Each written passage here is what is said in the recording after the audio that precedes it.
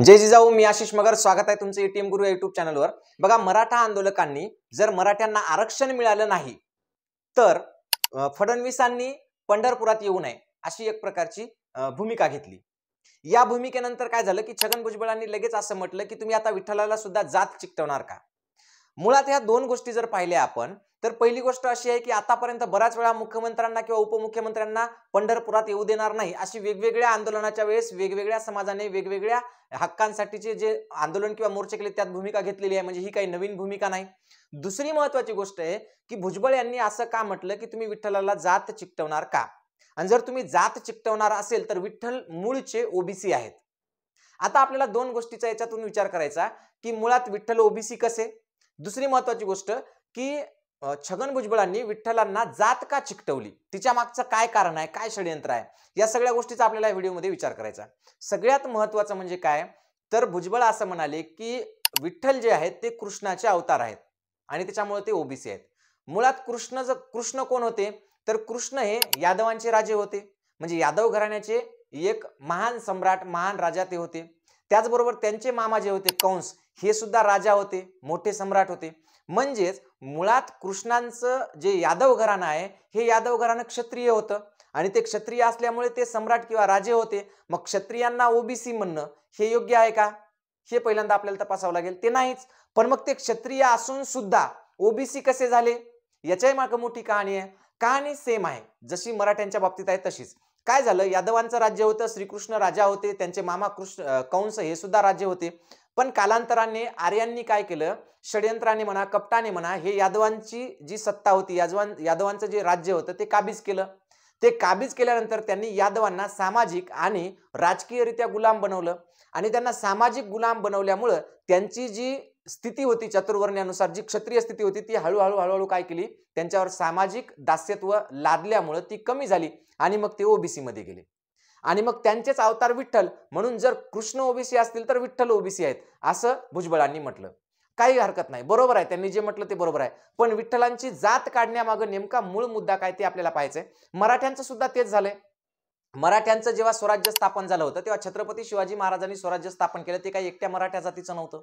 मूळ मुद्दा असा होता की मराठ्यांच्या स्वराज्यामध्ये सुद्धा ज्या 18 पगड जाती होत्या त्या 18 पगड जातींना काहीच मिळालं नाही का त्या स्वराज्यात. त्यांच्या सामाजिक म्हणा किंवा राजकीय जीवनात काहीच बदल झाला नाही का, तर ते खूप मोठा बदल झाला. तिथं स्वातंत्र्य हे पहिल्यांदा जगातली पहिली लोकशाही म्हणून गणल्या गेलेलं आहे. आणि त्या काळातला जर विचार केला, तुम्ही तत्कालीन बकरी पाहिले असतील, तत्कालीन पत्र पाहिले असतील शिवाजी महाराजांचे किंवा व्यवहाराचे काही हिशोब पाहिले असतील, तर त्याच्यावरून आपल्याला एक गोष्ट कळतं की मराठा सैन्यांमध्ये म्हणजे मराठा सैन्यामध्ये जे सैनिक म्हणून काम करतात त्या सैनिक म्हणून काम करणाऱ्या लोकांपेक्षा जे 12 बलुतेदार आहेत किंवा आलुतेदार आहेत किंवा जे कारागीर लोक आहेत त्या कारागिरांना तनखे जास्त होते, म्हणजे पगारी जास्त होते. म्हणजे मुळात 12 बलुतेदार किंवा 18 आलुतेदार हे जे काही आहे हे त्या काळामध्ये सैनिकांपेक्षाही यांना तनखे जास्त होते. त्याच्यामुळे यांची आर्थिक स्थिती चांगली होती सैनिकांपेक्षा.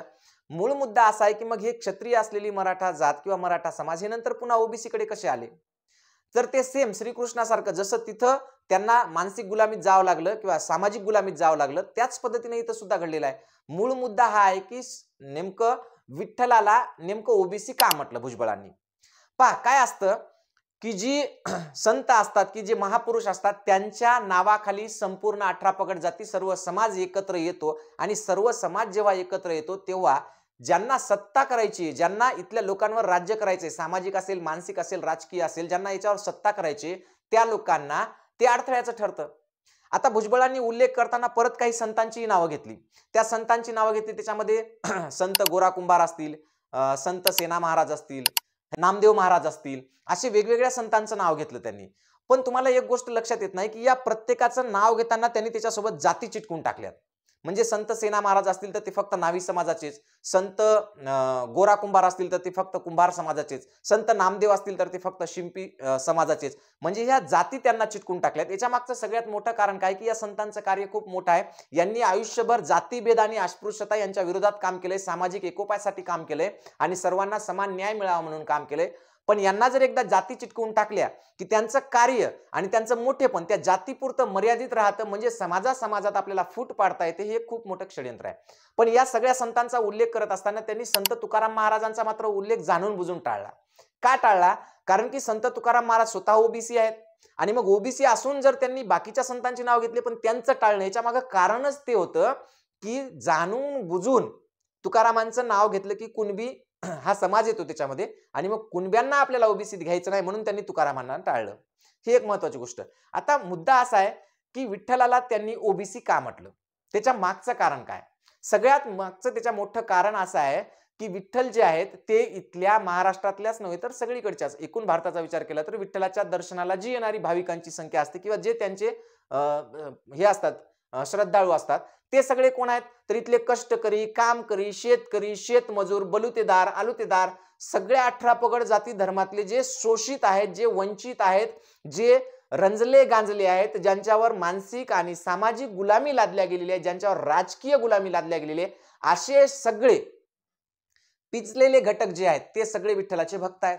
आणि मग हे सगळे विठ्ठल वारीला जेव्हा जातात किंवा पंढरपूरच्या वारीला जेव्हा जातात तेव्हा ते जात पात धर्म समाज सगळं विसरून फक्त आणि फक्त विठ्ठलाचे भाविक म्हणून, विठ्ठलाचे भक्त म्हणून ते विठ्ठलाकडे जातात आणि त्यांच्यामध्ये एक प्रकारचा एकोपा निर्माण होतो. तिथे कोणत्याही प्रकारचा भेदभाव केला जात नाही. मग हे सगळेजण जर एकत्र आले, सगळेजण जर एकत्र राहिले, तर मग राज्यकर्त्यांनी किंवा सत्ताधाऱ्यांनी यांच्यात फूट पाडून स्वतःला राज्य मिळवण्यामध्ये अडथळा निर्माण होणार आहे. आणि म्हणून मग विठ्ठलाला एकदा जात चिकटवली, विठ्ठलाला एकदा जातीत बंदिस्त केलं. विठ्ठल ज्या बहुजन समाजाचा मुक्तिदाता आहे, विठ्ठल ज्या बहुजन समाजाचं प्रेरणास्थान आहे, विठ्ठल ज्या बहुजन समाजाचा आदर्शस्थान आहे, विठ्ठल ज्या बहुजन समाजाला या गुलामगिरीतून मुक्त करण्यासाठीचं एक मोठं शक्तीस्थळ आहे, ते शक्तीस्थळ एकदा जातीमध्ये पातीमध्ये बंदिस्त केलं की मग आपोआपच बाकीचे जे त्यांचे अनुयायी किंवा भक्त किंवा श्रद्धाळू लोक जे आहेत किंवा त्यांचे भाविक जे आहेत ते आपोआपच विखुरल्या जातील. हा सगळा त्याच्या मोठा मागचा प्लॅन आहे. याच्यापेक्षा पुढे जाऊन जर सांगायचं झालं असेल तर काय असतं माहितीये का, भारतामध्ये प्रमुख 2च जाती आहेत, महाराष्ट्रामध्ये सुद्धा 2च जाती आहेत. त्या 2 जाती कोणत्या? तर एक तर आहेत शोषित आणि दुसरे आहेत शोषक. शोषित म्हणजे कोण? की ज्यांचं रक्त शोषल्या जातंय, ज्यांचं जीवन जे आहे ते हालाकीचं आहे, त्यांना शोषून कोणीतरी खूप मोठे झाले आणि ते म्हणजे शोषक. शोषक म्हणजे कोण? तर या गोरगरिबांचं रक्त पिणारे. म्हणजे मुळात जाती 2च, एक शोषित जो सहन करतो तो, आणि जे शोषक जे यांच्याकडून सगळं काही हिरावून घेतात, यांचे हक्क अधिकार न्याय सगळं काही हिरावून घेतात आणि यांना गुलाम बनवतात. तर असे 2 जाती फक्त महाराष्ट्रात आहेत, एक शोषित आणि एक शोषक. आता मूळ मुद्दा असा आहे की छगनराव भुजबळ यांनी शोषितांचे प्रतिनिधी म्हणून काम करायला पाहिजे आणि शोषकांच्या विरोधात असायला पाहिजे. पण असं न घडता सध्याच्या परिस्थितीमध्ये छगन भुजबळ साहेब हे शोषितांचं प्रतिनिधित्व न करता शोषकांचं दलाल म्हणून काम करत आहेत. शोषकांचे दलाल म्हणजे कोणाचे? तर इथल्या राजसत्तेचे, इथल्या उच्चवर्णीयांचे, इथल्या ज्यांना राजकीय आणि सामाजिक फायदा घ्यायचा आहे त्यांचे एक प्रकारे दलाल म्हणून काम करत आहेत. आणि इथल्या शोषितांमध्येच म्हणजे मराठा समाज असेल किंवा ओबीसी समाज असेल, हे दोन्ही शोषित आहेत, त्यांच्यावर वर्षानुवर्ष अन्याय झालेले आहे, हे आता या हालकीची परिस्थिती जीवन जगत आहेत. या दोघांमध्येच ते भांडण लावून देत आहेत. आणि कोणाच्या म्हणण्यानुसार? तर शोषकांच्या म्हणण्यानुसार. म्हणजे शोषकांच्या म्हणण्यानुसार शोषितांमध्ये भांडण लावून द्यायचे आणि त्याचा फायदा शोषकांना म्हणजे राज्यकर्त्यांना करून द्यायचा. हे अत्यंत नीच आणि वाईट प्रवृत्तीचं काम भुजबळ साहेब करत आहेत. माझी त्यांना कळकळीची विनंती आहे, ज्याप्रमाणे तुम्ही महात्मा फुले आणि सावित्री फुलेंना जातीत बांधून टाकलं, माहिती आहे आपल्याला की त्यांना जातीत कोणी बांधलं, त्यांना जातीत बांधण्याचं काम केवळ आणि केवळ भुजबळ साहेबांनी केलं. त्यांच्यासोबत माळी जात चिटकवण्याचं काम भुजबळ साहेबांनी केलं. नाहीतर आज इथल्या भारतातल्या 140 कोटी जनतेपैकी 70 कोटी जनता ह्या क्रांतीज्योती सावित्रीबाईंच्या फुलेंच्या मागे राहिले असते किंवा त्यांना आपला आदर्श मानलं असतं. पण असं न होण्याचं कारण एकच आहे की फक्त आणि फक्त त्यांना जातीमध्ये बांधून टाकले. क्रांतीज्योती सावित्रीबाई फुले यांनी एवढं मोठं काम केलं, ज्यांना महिलांचे मुक्तिदाता म्हणलं जातं, ज्यांना क्रांतीज्योती म्हटलं जातं, ज्यांनी इथल्या महिलांना शिक्षणाचा अधिकार मिळवून दिला आणि आज त्याच्यामुळे महिला पुरुषांच्या बरोबर काम करतायत. त्यांचे उपकार पुढच्या हजारो पिढ्या न फिटणार आहेत. एवढं महान कार्य असून, एवढं मोठं कार्य असून त्यांना एका जातीत बंदिस्त करण्याचं काम कोणी केलंय? एक प्रकारचं हे पाप जे केलंय की नाही, हे भुजबळ साहेबांनी केलंय. आणि म्हणून भुजबळ साहेब जे आहेत ते शोषकांचं म्हणजे त्यांच्याकडून फक्त आणि फक्त शोषितांमध्ये म्हणजे या गोरगरीब लोकांमध्ये भांडणं लावू पाहत आहेत. माझी कळकळीची विनंती आहे, शोषितांना, सर्व शोषितांनी एकत्र राहावं, अशा सगळ्या षडयंत्रापासून स्वतःला बाजूला ठेवावं. मराठा असेल, ओबीसी असेल, एससी असेल, एसटी असेल, आदिवासी असेल, जो कोणता जात समुदाय आलुतेदार बलुतेदार असतील, या सगळ्यांनी एकत्र राहावं आणि या शोषकांच्या दलालांचे डाव जे आहेत ते उधळून लावावेत. आपण एकत्र राहूयात, एकत्र काम करूयात, इथल्या संविधानाप्रमाणे आपल्या न्याय हक्काची मागणी करूयात आणि अशा दलालांची आपण कडेलोट करूयात एवढं मी बोलतो आणि थांबतो. जय जवान, जय किसान, जय हिंद, जय महाराष्ट्र, जय जिजाऊ, जय शिवराय.